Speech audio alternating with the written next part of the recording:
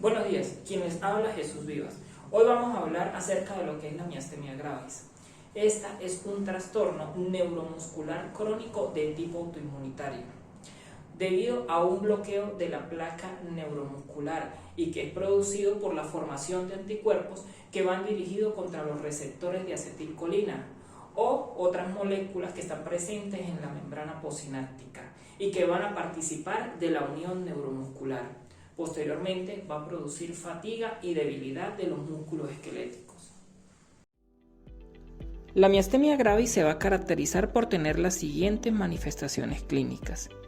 Se va a observar la fatiga y debilidad muscular.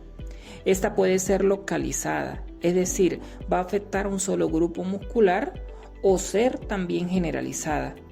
En este caso va a tener predominio proximal y su curso va a ser fluctuante.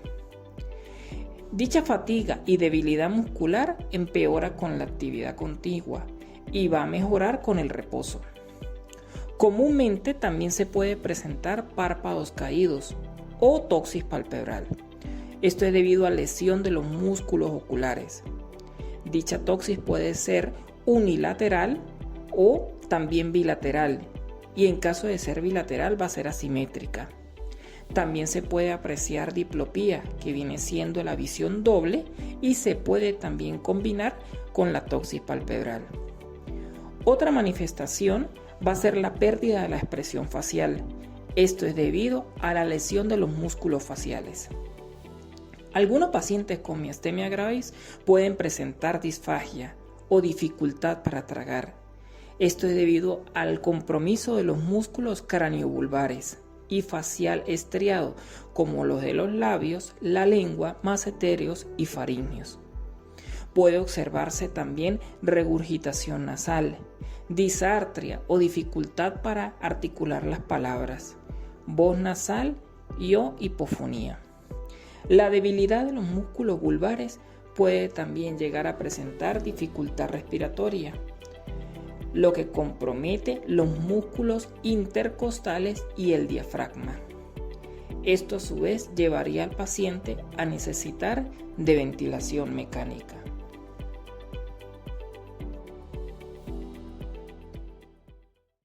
Quien les habla, Milady Zambrano. La miastenia gravis es un trastorno autoinmunitario dirigido contra la unión neuromuscular. De allí, la importancia de conocer esta serie de acontecimientos que suceden a nivel de la placa motora y que terminan ocasionando esa devastadora debilidad muscular. Por ello, les voy a dar una breve explicación clara, concisa, de lo que es la fisiopatología de la miastenia gravis. En la fisiopatología de la miastenia gravis sucede una serie de eventos. Para comprender esta patología, explicaré la fisiología de la unión neuromuscular. En este esquema se observa la unión neuromuscular normal. La acetilcolina se sintetiza en la terminación nerviosa y se almacena en vesículas. Cuando un potencial de acción desciende por un nervio motor y alcanza su terminación, se libera acetilcolina de 150 a 200 vesículas y se combina con sus receptores que están apiñados densamente en los picos de los pliegues postsinápticos. El receptor de acetilcolina consiste en 5 subunidades, 2 alfa, una beta, una gamma y una épsilon, dispuestas alrededor de un poro central.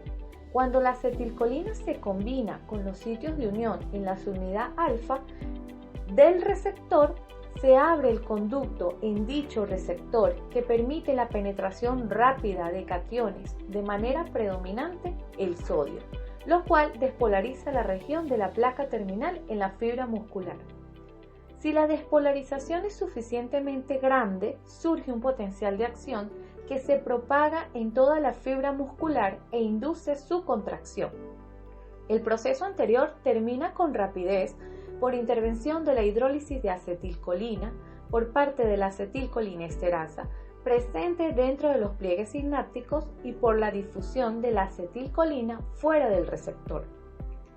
Ahora bien, en la miastenia gravis el defecto fundamental es la disminución en el número de receptores de acetilcolina activos en la porción postsináptica de la membrana muscular como se observa en la imagen B, en el cual los pliegues postsinápticos están aplanados o simplificados, cambios que originan que la unión neuromuscular sea menos eficiente. Por tal motivo, a pesar que se libera normalmente acetilcolina, genera pequeños potenciales de placa motora que no alcanzan a inducir potenciales de acción musculares. La ineficacia de la transmisión en muchas uniones neuromusculares culmina en debilidad de la contracción muscular. Aunado a esto, la cantidad de acetilcolina liberada en cada impulso disminuye cuando se repite el fenómeno llamado debilitamiento presináptico. En el enfermo miasténico, la menor eficiencia de la transmisión neuromuscular en combinación con el debilitamiento normal hace que se active cada vez menos fibras musculares por acción de los impulsos nerviosos sucesivos y se intensifique la debilidad, es decir, se presenta la fatiga miasténica. El mecanismo mencionado también explica la reacción cada vez menor a los estímulos nerviosos respectivos que se detectan en los métodos diagnósticos. Las anomalías neuromusculares en la miastenia gravis son inducidas por una respuesta autoinmunitaria mediada por anticuerpos específicos contra receptores de acetilcolina.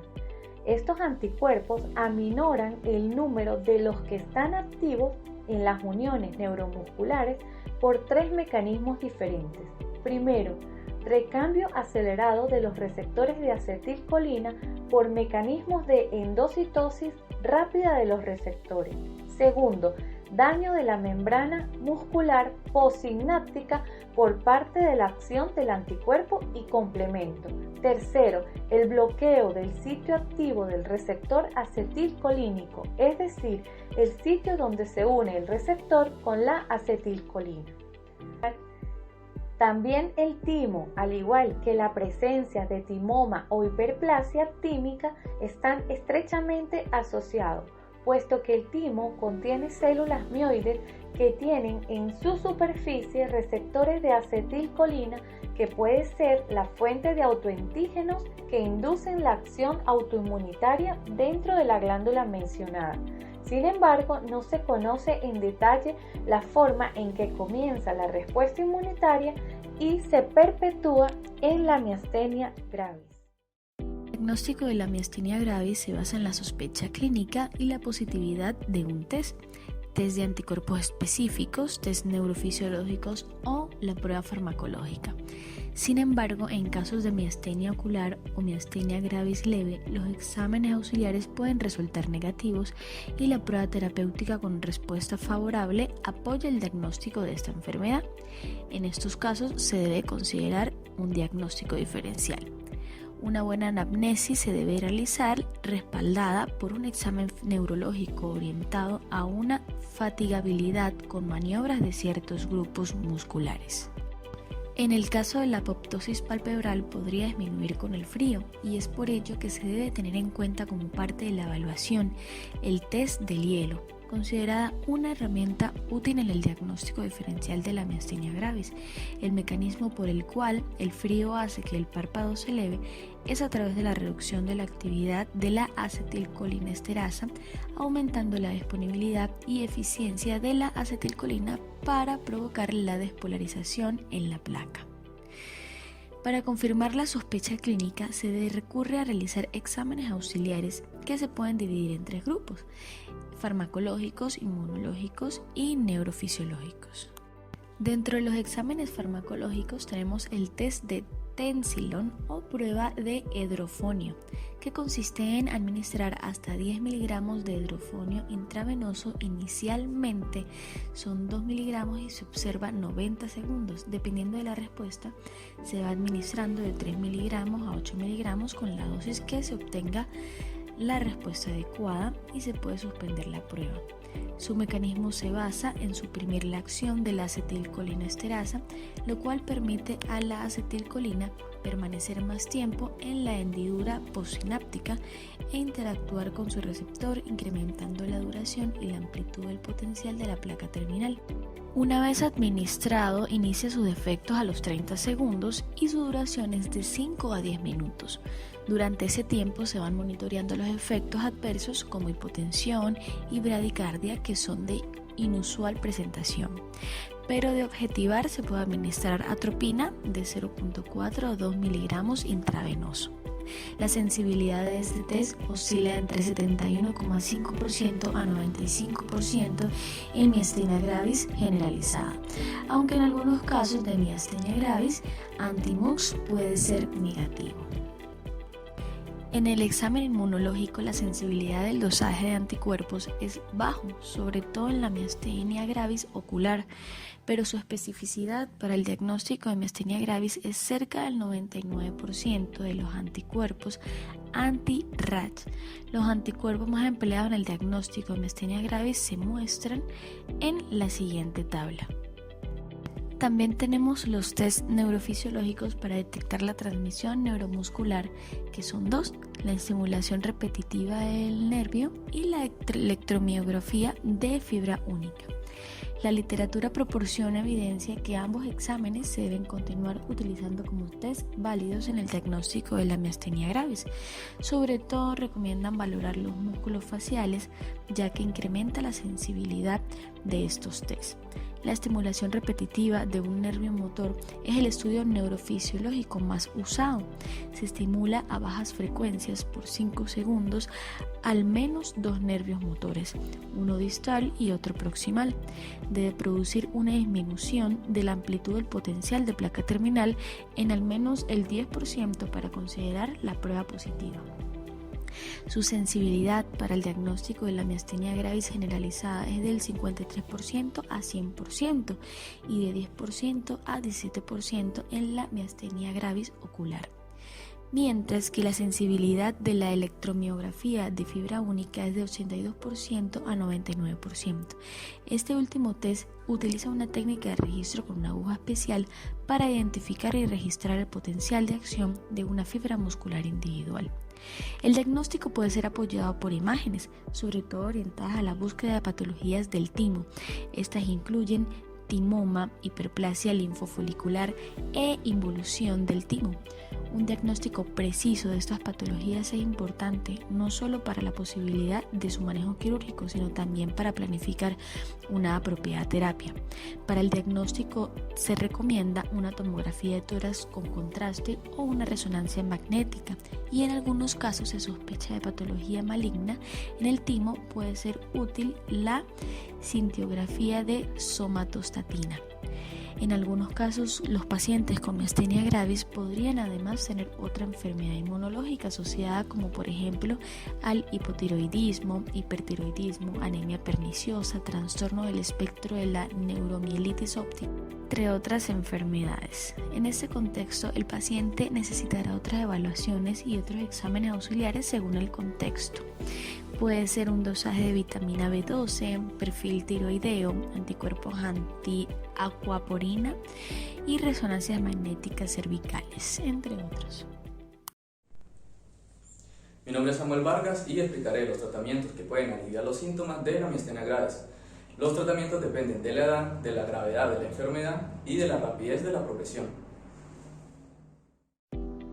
En la enfermedad leve clase 1 y 2, los pacientes con síntomas leves y ocasionales no requieren tratamiento. Los pacientes con síntomas frecuentes deben tratarse con un inhibidor de la colinesterasa. El tratamiento de primera línea incluye piridostigmina para el alivio temporal de los síntomas. Los corticosteroides se utilizan en pacientes con miastenia gravis ocular y aquellos con enfermedad leve que fracasan en la monoterapia con piridostigmina. Para aquellos que requieren altas dosis de corticosteroides se deben considerar otros inmunosupresores, particularmente si hay comorbilidades que son problemáticas para los corticosteroides en dosis altas. Los pacientes con enfermedad generalizada leve clase 2 con anticuerpos contra el receptor de acetilcolina deben considerarse para timectomía con o a menudo sin tratamiento con corticosteroides. En pacientes con enfermedad leve que no necesitan de otra manera corticosteroides u otros inmunosupresores, no es necesario el tratamiento con estos agentes antes de la timectomía. Si los pacientes tienen lo que parece ser un timoma en los estudios de imágenes, entonces estará indicada una timectomía independientemente de la miastenia gravis.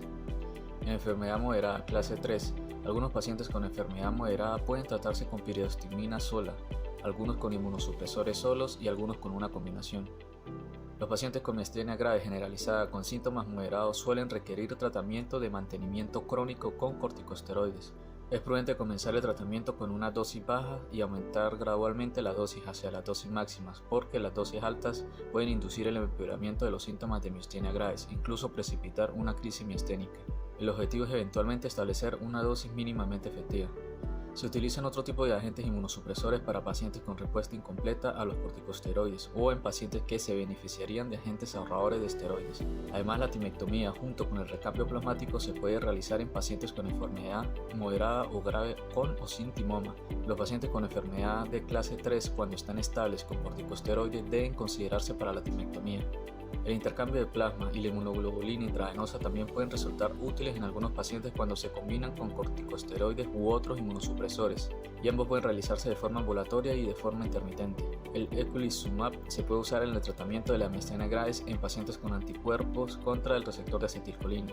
Se debe considerar a los pacientes con enfermedad de clase 3 para el tratamiento con eculizumab, si son resistentes al tratamiento o no pueden tolerar dosis de corticosteroides u otros agentes necesarios para mantener una función satisfactoria. En la enfermedad grave, clase 4 y 5, este grupo incluye pacientes con crisis miasténica, aquellos que no pueden tragar y aquellos con problemas respiratorios. La indicación de ventilación mecánica incluye capacidad vital forzada de 15 ml por kilogramo o menos y fuerza inspiratoria negativa de 20 centímetros de agua o menos. La terapia inicial consiste en configuraciones ventilatorias optimizadas para proporcionar descanso a los músculos respiratorios, eliminación de los factores que provocan la crisis y terapia aguda para la recuperación de la transmisión a través de la unión neuromuscular con inmunoglobulina o plasmaféresis. El intercambio de plasma tiene una respuesta más rápida y suele comenzar de 2 a 3 sesiones. Sin embargo, los efectos son temporales y duran semanas. La inmunoglobulina intravenosa es fácil de administrar, pero también es costosa. Cuando los pacientes responden, el inicio es rápido, en 4 a 5 días, con una respuesta máxima aparente en semanas.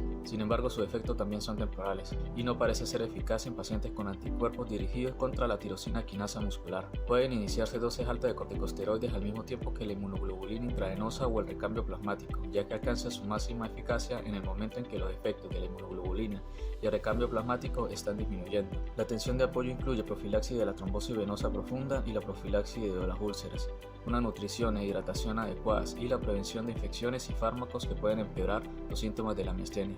Tras la recuperación se instruye un tratamiento a largo plazo con piridostigmina, prednisolona y otros inmunosupresores si aún no se ha iniciado. Se debe considerar el uso de eculizumab o rituximab en pacientes que no responden al tratamiento de primera línea, particularmente en pacientes con enfermedad de nivel 4. Se debe considerar la timectomía para pacientes con enfermedad de clase 4 y anticuerpo contra el receptor de acetilcolina una vez que estén estabilizados.